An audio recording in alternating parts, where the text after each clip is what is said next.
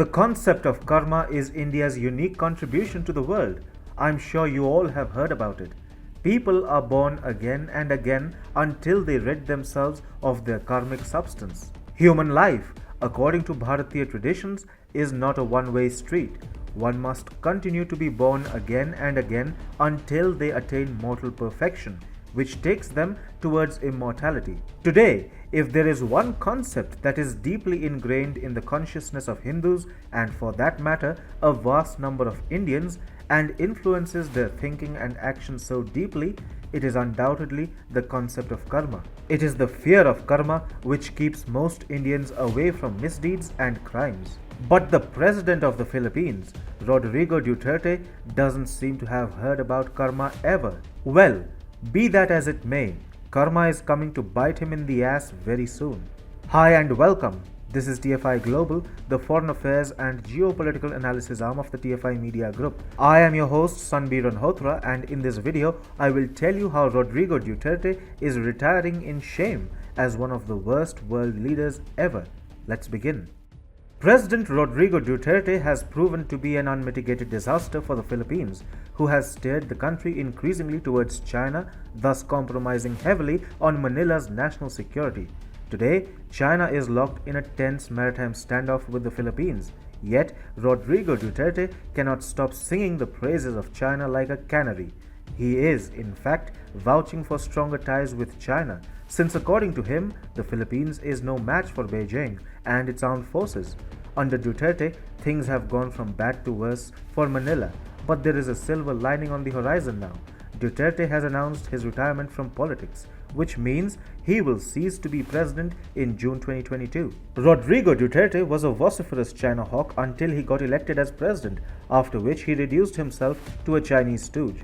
He strategically alienated and antagonized the United States and pulled out of bilateral agreements with the Philippines' most important partner.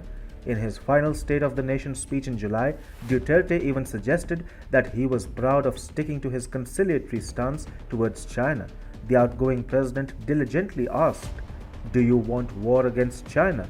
Well, I'll tell you, even on the coast beach of Palawan, before you can take off, the missile of China would be there in about 5 or 10 minutes. Rodrigo Duterte has really made an image for himself as one of the worst world leaders who turned the Philippines into a coward nation.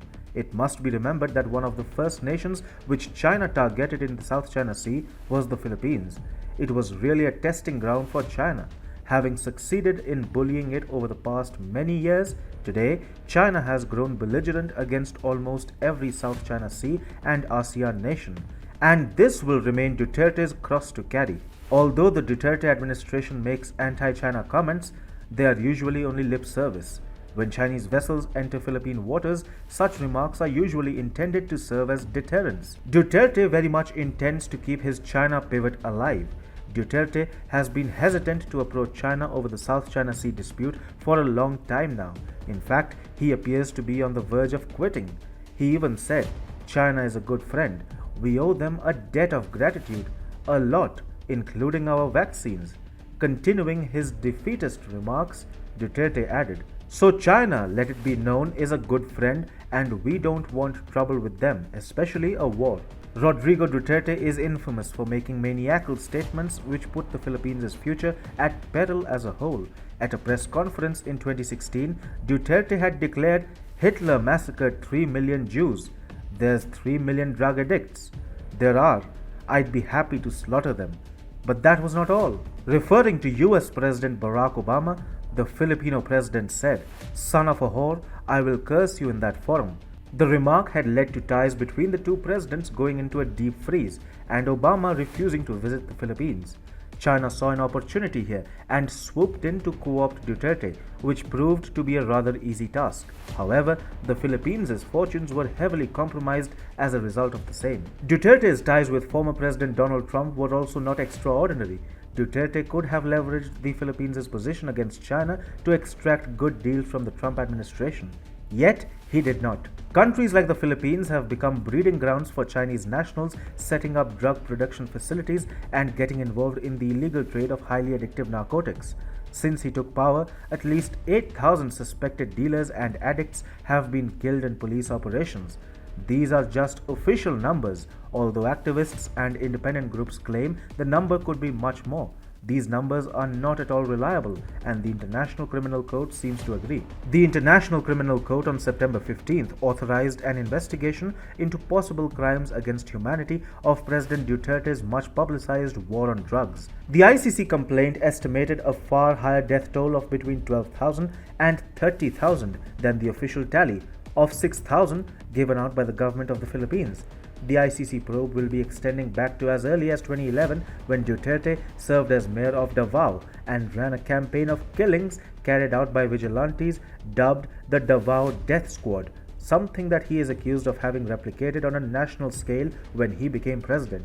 Rodrigo Duterte's war on drugs has really had no regard for human rights or fair judicial trials.